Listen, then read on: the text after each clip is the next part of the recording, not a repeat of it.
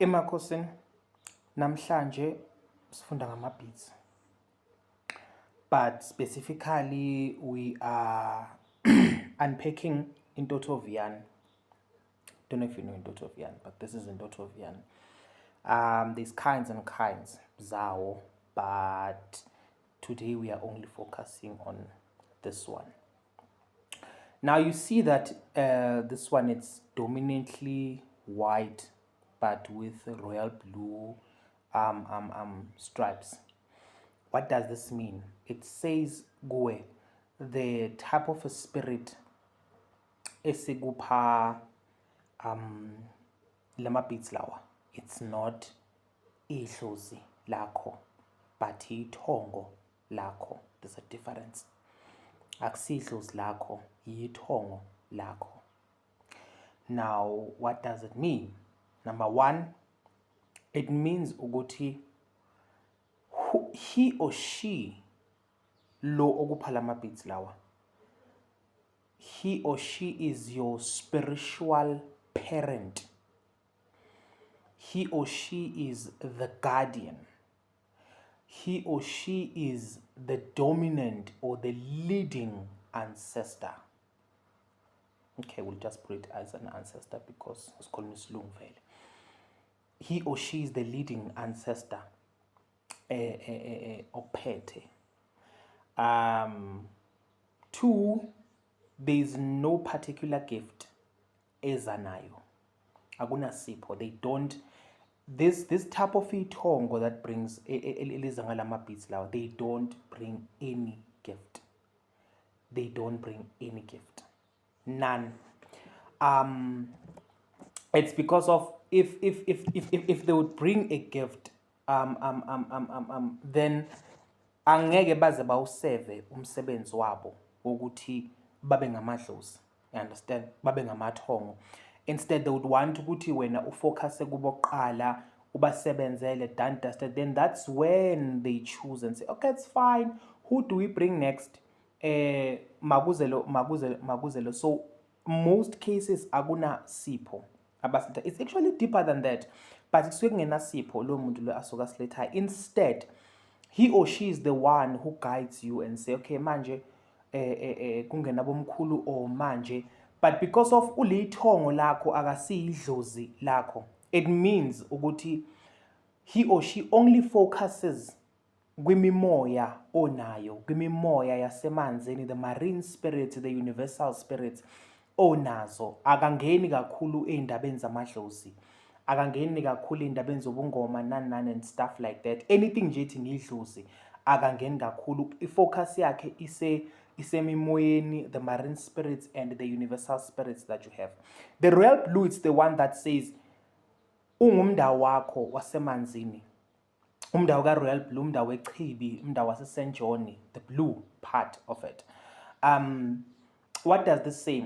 It says ukuthi if omunye umuntu mangaphiwa lama beats lawa thatha me, one thing that should click in your mind is that you are given them to align nomndawo wakho wasemanzini so that uyekele ukusaba amanzi. Once u-aligna nawo, then you'd start getting used to the water uzowahlonipha and you'll be able to connect nayo yonke imimoya elapho onayo nawe. Also, this type of itongo, it's the one that selects imimoya onayo ukuthi okay manje qala isithunya masihambe, makuza amakhosi olwandle mawangene, makuza amanono mawangene, makuze ubani mawangene. It's the one that selects ukuthi ubani ozaba, ubani olandela bani, ubani olandela bani, ubani olandela bani, up until you grow to the person that you're supposed to be.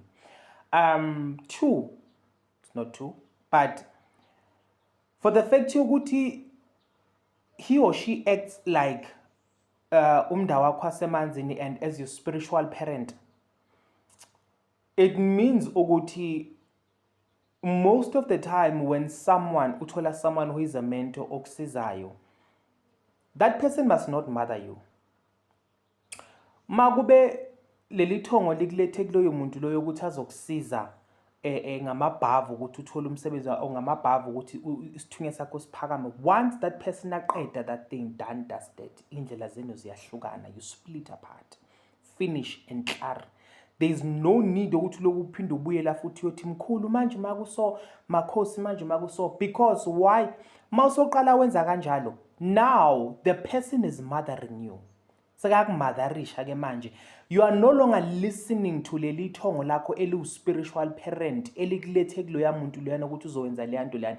But now the nearest voice osuyimamela sekuyalo muntu lo. And this person uzokutshela ngobuhlakani bakhe kodwa angakutsheli ngalendlela lona ithongo lakho lifuna ngakhona. Then if lo muntu lo masekakumotherisha, you know what's gonna happen? Lo umnikazi lento le uzocreate ama dreams amabi azokwenza ukuthi loya muntu umbone kabi, umphuphe kwenza something bad, umphuphe ekugwaza, umphuphe efuna ukukushada, umfuna kube khona amaphupho amabi azokwenza ukuthi usuke kuye. And once usuka straight kuye, then what happens? Win is a win. Because if mina ngumakhosi sizwe ngizoqala ngikumotherishe, ithongo lakho lenzeni? Enzeni lo, because umsebenzi wakhe ukumotherisha wena. So manje mina sengikumotherisha, then yena enzeni? What must he do? You understand? So ilapho khona qala khona libe jealous and all of that. Speaking about jealousy, Intotho Viane, it's one of the most jealous beats that I know. Ever since I studied Shama beats, umoya wangifundisa ngawo. Intotho Viane is the most jealous beat. Magwa pure this kind of a beat, uhlalwazi kunama beats azophuma. Kunama beats okumele aphume. Once kwafika yona, iyaqhaqha iyasusa because kusuke kumoya wasemanzi, so it's more like, and mostly i-remover lawa avela edluzini. Like your black and white, your red and white, your red and black, your green, your yellow and white. Yeah, yellow and white, especially for Basotho people, for yellow and white. Iyawaqhaqha, iyawasusa kusale yona. I-prefera ukuthi ibe yodwa most cases, or kube yiyo nama-beats amanye womoya owathola kweminye imimoya. Unlike ukuthi yona izohlala ihlanganiswe namanye ama-beats obungoma and all of that. It's a very jealous beat most cases. Ngimangalela umuntu uma ezofaka Intotho Viane ngimthole phela usigaxa sengaka sama-beats, but at the end of the day I'll be like mhlambe ukuthi akazi ukuthi imapha kumele aphume. I don't know if you'll be able to notice now, but let me try and just bring it closer so probably maybe you can see. I don't know if you can see that these two beats are different. Our fun. Lo is fake, lo is original.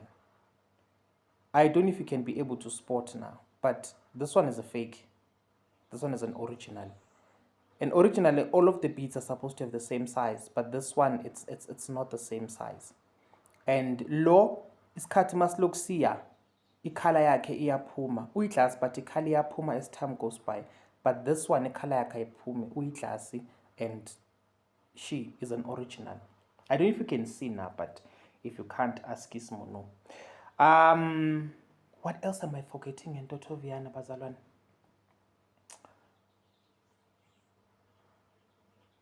Yo, I feel like there's something I'm forgetting. But yeah, so far it's what it is.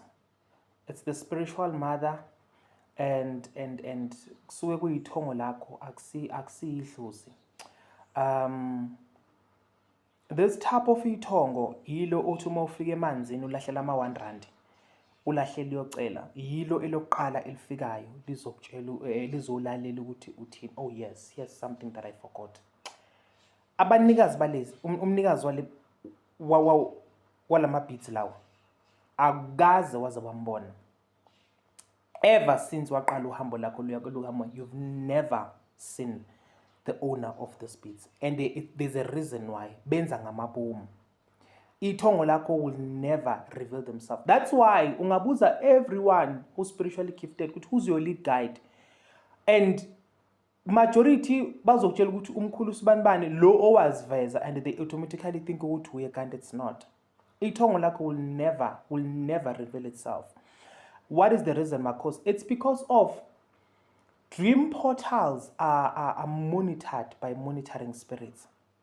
So when they monitor, they would want to see ukuthi ubani lona okuphethe, in case if bafuna ukugadla bavele bashone kuye straight bamthenge or to the side or bamthwebule or bathwebule lelo thongo lelo or whatsoever.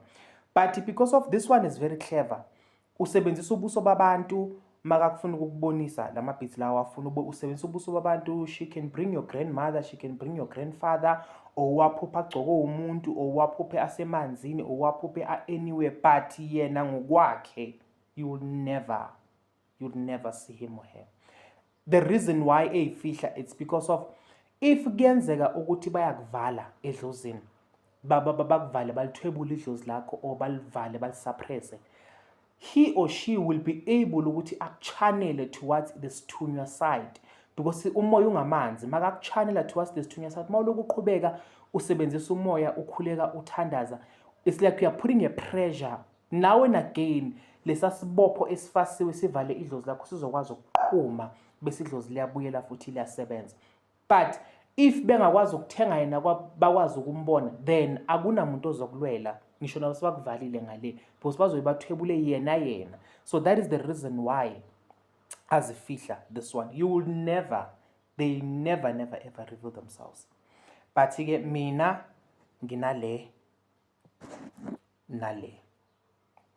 Do you see the difference? This one is shapeless, but can you see the original ukuthi banjani? All beats are the same and all beats are classes. This one will never run. Our pumi color, our pumi mix. It's like this. And I hope I've made justice here.